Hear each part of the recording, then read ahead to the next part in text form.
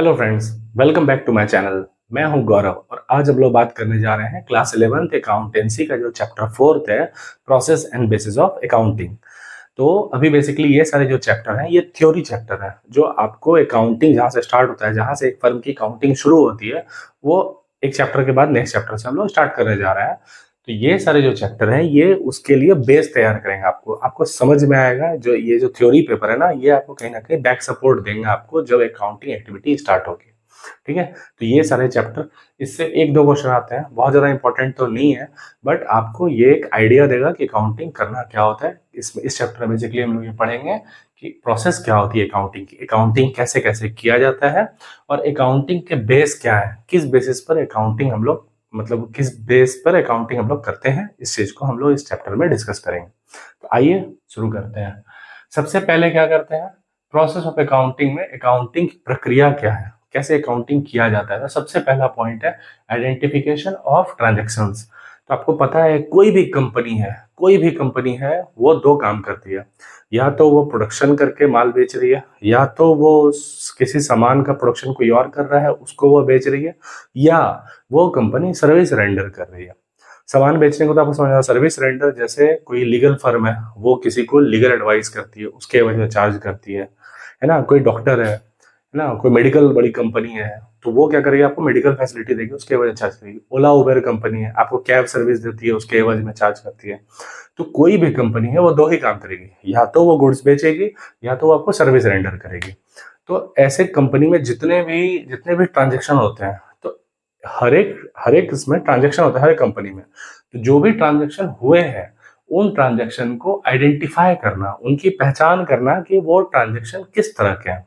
Okay, जैसा कि हम लोगों ने अकाउंटिंग प्रिंसिपल में भी पढ़ा था, हम लोग उन्हीं ट्रांजेक्शन को अपने बुक्स में रिकॉर्ड करते हैं जिनको मॉनेटरी वैल्यू होती है, जिनको हम लोग पैसों में आंक सकते हैं। सिर्फ वैसे ही ट्रांजेक्शन को हम लोग बुक में एंट्री करते हैं। ट्रांजेक्शन तो है ना, उन सारे ट्रांजेक्शन को हम लोगों ने अकाउंटिंग प्रिंसिपल में पढ़ा भी है कि जितने भी ट्रांजेक्शन होने चाहिए वो वेरीफाइबल होने चाहिए, जिनको हम लोग वेरीफाई कर सकें। ओके, तो वेरीफाई कैसे करते हैं, उनके लिए उनके बेसिस पे जो डॉक्यूमेंट इशू होते हैं, जैसे आप किसी को सेल कर रहे हो तो उसके लिए सेल्स इनवॉइस होते हैं, आप माल परचेज करके ला रहे हो तो परचेज इनवॉइस है, सैलरी पे कर रहे हो तो पे इन स्लिप है।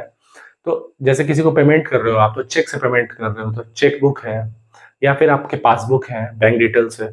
तो इस तरह के जो भी हैं डॉक्यूमेंट्स, इनको सोर्स डॉक्यूमेंट्स कहते हैं, जिससे ये पता चलता है कि ट्रांजेक्शन क्या हुए हैं। ओके, जिनको वेरीफाई करा सकते हैं कि ये ट्रांजेक्शन कैसे है। नेक्स्ट पॉइंट है प्रिपरेशन ऑफ वाउचर्स। ठीक है, तो जब हम लोग ट्रांजेक्शन्स की पहचान कर लेते हैं, इसके बाद काम होता है हम लोग को वाउचर तैयार करना। वाउचर क्या होता है, वाउचर बेसिकली एक तरह का, इस तरह का एक पेपर होता है जो फर्म के नाम से छपा होता है। यहाँ पर फर्म का, कंपनी का जो भी नाम होगा वो, यहाँ पर डेट मेंशन होता है। ठीक है, और यहाँ पर वाउचर नंबर मेंशन होता है, वाउचर नंबर। ओके, यहाँ पर जो भी अमाउंट, जितना के अमाउंट हमने पेमेंट किया है उसका डेबिट क्रेडिट का डिटेल्स होता है, और यहाँ पर अमाउंट होता है। ओके, इसमें क्या होता है ना, कंपनी, कोई भी कंपनी है वो अपने फर्म के नाम से ऐसे ऐसे स्लिप्स बनवा करके रखती है, जिसको वाउचर कहते हैं। इसमें क्या होता है, कंपनी का नाम, वाउचर नंबर, सीरियल वाइज जितने भी ट्रांजेक्शन हुए हैं, तो ऐसे जितने भी सोर्स डॉक्यूमेंट होते हैं, जैसे चेकबुक है, पासबुक है, पे स्लिप है, परचेज इनवॉइस है, सेल्स इनवॉइस है, तो जितने भी इस तरह के सोर्स डॉक्यूमेंट होते हैं, सारे ट्रांजेक्शन्स का अलग अलग वाउचर, इस तरह का जो वाउचर होता है, उस डॉक्यूमेंट से, सोर्स डॉक्यूमेंट से ये वाउचर तैयार किया जाता है। इसमें डेट, जिस डेट को ट्रांजेक्शन हुआ है, वाउचर नंबर, जितने नंबर सीरियल नंबर पे अभी वो चल रहा है वो, और इसमें जितने अमाउंट का ट्रांजेक्शन है वो मेंशन करते हैं कि भाई इस ट्रांजेक्शन में कौन कौन से अकाउंट इन्वॉल्व है। हम लोग अभी इसके बारे में डिटेल में जानकारी जानेंगे। तो फर्म का नाम और ये वाउचर होता है। तो सबसे सेकेंड नंबर काम क्या है, प्रिपरेशन ऑफ वाउचर। जितने भी ट्रांजेक्शन हुए हैं, हर ट्रांजेक्शन का अलग अलग वाउचर होता है, और ये वाउचर बना करके जो इसके जो सोर्स डॉक्यूमेंट है, जैसे बताया ना हमने कि सैलरी पे किया अपने स्टाफ को, तो पे स्लिप जो होता है उसके साथ एक वाउचर लगा दिया जाएगा, स्टेपल करके उसको तैयार किया जाता है। तो जितने भी ट्रांजेक्शन होंगे उनको chronological, day by day to day, जैसे जैसे वो ट्रांजेक्शन हुए हैं वैसे वैसे ही वाउचर नंबर के साथ सीरियली उनको अरेंज करके सबमिट करके रखा जाता है। नेक्स्ट क्या है, recording in books of original entry. तो सबसे पहले ट्रांजेक्शन्स को आइडेंटिफाई किया जाता है, उसके बाद हर एक ट्रांजेक्शन का एक एक वाउचर बना लिया जाता है। वाउचर बनाने तक अभी तक हम लोगों ने इस ट्रांजैक्शन को कहीं पे लिखा नहीं है। पहली बार ऐसा होगा जब हम लोग किसी ट्रांजैक्शन को बुक में लिखने जा रहे हैं, वो है books of original entry. Original entry पहली बार किसी ट्रांजैक्शन को लिखा जाना ही ओरिजिनल एंट्री है, और इसे ही जर्नल एंट्री भी कहा जाता है। ठीक है, तो जितने भी ट्रांजैक्शन हैं सभी ट्रांजैक्शन को बुक में लिखा जाना, थर्ड स्टेप है ये, recording books of original entry, इसी को जर्नल एंट्री भी कहा जाता है। यहाँ से काउंटिंग आपका स्टार्ट होता है। स्टेप है पोस्टिंग टू लेजर। अब ये लेजर क्या है? तो बेसिकली आप इसको ऐसे समझ सकते हैं, किसी किराना दुकान वाले के यहाँ अगर आपके घर का भी अगर किराना का सामान आता हो और वहाँ बाकी बकाया अगर उनके यहाँ चलता हो, तो आप ये जरूर देखे होंगे कि उस किराना दुकान वाले के पास एक डायरी होती है। आप जब भी उसे उधार पे परचेज करते हो तो वो क्या करता है, अपने डायरी के पीछे वाले सेक्शन में या किसी अदर डायरी में जितने भी उसे उधार लेने वाले लोग होते हैं उनका उसमें बही खाता होता है। मतलब उस पेज पे वो आपका नाम लिखा रहा है, शर्मा जी, और आपसे रिलेटेड आपने जब जब भी उनसे माल खरीदा हो और उसके एवज जितने पेमेंट किए हो या जितना अभी उधार बचा हुआ हो, वो सारा जी उस एक पेपर पे आपका डिटेल लिखा रहता है। तो जैसे ही आप उधार पे माल खरीदने जाओगे, सामान होने के बाद वो क्या करेंगे, उस डायरी को निकाल करके आपके वाले पेज को निकालेंगे और उस पर वो चढ़ा देंगे कि हाँ 2000 रुपये और बाकी रहे। आपने अगर उससे पैसे जमा किए तो वो भी उस पर चढ़ाएगा। आज अगर हिसाब क्लियर हो तो वो भी कट करके वो हिसाब क्लियर करता है। तो जो एक अलग से एक शॉर्ट में जो उनका जो एक डायरी होता है जिसमें कि एक हेड नाम बना करके उनसे रिलेटेड जितने ट्रांजेक्शन होते हैं उनका स्पेसिफिक रिकॉर्ड रखा जाता है, तो वही क्या है, लेजर। या इसे ऐसे कह सकते हैं कि बहुत सारे ट्रांजेक्शन को इसमें रिकॉर्ड किया जाता है। सैलरी दे रहे हैं, वेजेस दे रहे हैं, रेंट दे रहे हैं, आप परचेज कर रहे हो, सेल्स कर रहे हो, क्रेडिट परचेज कर रहे हो, क्रेडिट सेल्स कर रहे हो, तो कई सारे ट्रांजेक्शन होते हैं। तो हर एक ट्रांजेक्शन का अपना अलग अलग अकाउंट खोलकर रखना, हर एक ट्रांजेक्शन का अपना अलग अलग एक डिटेल होना। तो हर एक अकाउंट, हर एक ट्रांजेक्शन का, आप जैसे परचेजेस का जितने पूरे एक साल के दरमियान कितने परचेजेस हुए हैं उसको एक जगह पर रिकॉर्ड करना। किसी स्टाफ को सैलरी कितने गए हैं, पूरे एक साल के दरमियान जितनी सैलरी हुई है उसको एक जगह पर रिकॉर्ड करना, उसी रिकॉर्ड को हम लोग लेजर कहते हैं। ये एक अकाउंट होता है जो किसी एक चीज से पर्टिकुलरली बिलोंग करता है। ओके, मान लीजिए रेंट का लेजर अगर हम खोल रहे हैं, रेंट का अकाउंट, तो पूरे एक साल के दरमियान में जितने रेंट हम लोगों ने जब जब पे किए हैं वो रेंट का अमाउंट उसमें शो करेगा। तो यही है लेजर। हम लोग यहाँ से बुक्स ऑफ ओरिजिनल एंट्री से जैसे जैसे जर्नल एंट्री बनाते चले जाते हैं, इसी से हम लोग लेजर में पोस्ट करते चले जाते हैं। ओके, पॉइंट है preparation of trial balance and financial statements. तो हम लोगों ने पिछले क्लास में भी डिस्कस किया था अकाउंटिंग का मेन पर्पस क्या है, अकाउंटिंग हम लोग करते ही क्यों है।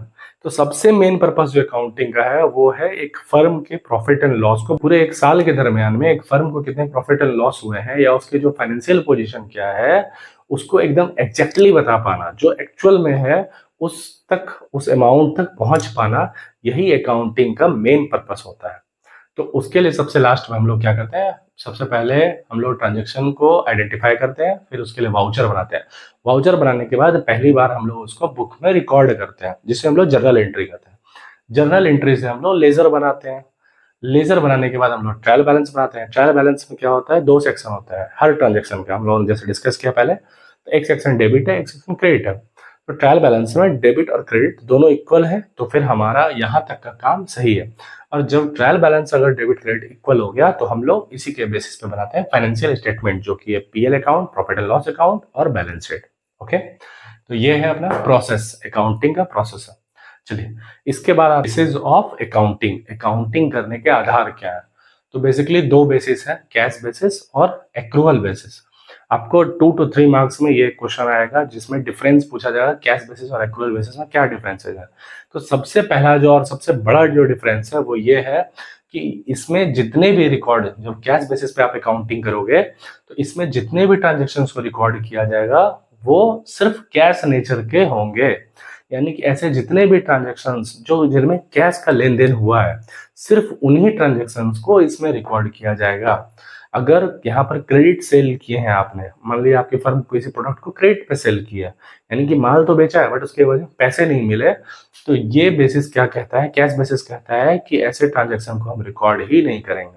हम सिर्फ उन्हीं ट्रांजेक्शन को रिकॉर्ड करेंगे जिसमें कैश का लेन देन हुआ है। जबकि एक्रूअल बेसिस जो है ये कहता है कि रिकॉर्ड चाहे कैश का हो चाहे क्रेडिट ट्रांजेक्शन हो, मतलब ट्रांजैक्शन कैश में हो या क्रेडिट में हो, कोई मैटर नहीं करता। ट्रांजैक्शन अगर इस साल से, इस फाइनेंशियल ईयर से बिलोंग करता है तो हम लोग उसको रिकॉर्ड करेंगे। जैसे जैसे आउटस्टैंडिंग एक्सपेंसेज है, जैसे एक्सपेंसेज इस फाइनेंशियल ईयर का है, मान लीजिए ईयर एंड का मार्च का रेंट देना है, मार्च के अपने एम्प्लॉइज को सैलरी देना है, बट हमने दिया नहीं है, तो कैश बेसिस कहता है कि हम उन एक्सपेंसेस को या उस तरह के किसी भी रेवेन्यू इनकम को हम लोग अपने बुक में नहीं लिखेंगे। जबकि एक्रूअल बेसिस क्या बताता है कि अगर एक्सपेंसेस या इनकम इस फाइनेंशियल ईयर से बिलोंग करते हैं, अलग बात है कि हमने उसका पेमेंट नेक्स्ट फाइनेंशियल ईयर में किया गया हो, बट हम उन सारे ट्रांजेक्शन्स को अपने बुक में रिकॉर्ड करेंगे। ठीक है, हम लोगों ने पहले से पे कर रखा है, प्रीपेड एक्सपेंसेस है ना, नेक्स्ट ईयर का खर्च भी इस साल ही पे कर दिया है हमने। तो कैश बेसिस पे क्या कहता है कि जितने रुपए खर्च हुए हैं, चाहे वो नेक्स्ट ईयर का ही क्यों ना हो, सारे को खर्च दिखा दीजिए आप अपने फर्म में। जबकि एक्रूअल बेसिस क्या बताता है कि जो एक्सपेंसेस जिस फाइनेंशियल ईयर से बिलोंग करते हैं उसको उसी फाइनेंशियल ईयर में लिखिए, और जो एक्सपेंसेस नेक्स्ट ईयर के हैं उसको अभी हमने पे कर रखा है एडवांस में, प्रीपेड एक्सपेंसेस, तो जितने एक्सपेंसेस इस साल के हैं उसको इस फाइनेंशियल ईयर में दिखाएंगे, और जो नेक्स्ट फाइनेंशियल ईयर के हैं उसको बैलेंस शीट्स में एसेट्स के तौर पर दिखाएंगे। तो ये है एक्रूअल बेसिस। कंपनीज एक्ट 2013 है, वो इसको लीगल नहीं मानती है, वैलिड नहीं है। कैश बेसिस पे कोई कंपनी अपना अकाउंटिंग नहीं करती है। हम लोगों को जो बेसिकली अकाउंटिंग में पढ़ना है वो एक्रूअल बेसिस ही पढ़ना है। तो उम्मीद करता हूँ आपको ये वीडियो पसंद आया होगा। अगर हेल्पफुल लगा हो वीडियो तो प्लीज़ लाइक करिए, चैनल को सब्सक्राइब करिए और अपने दोस्तों को शेयर करिए। Thank you.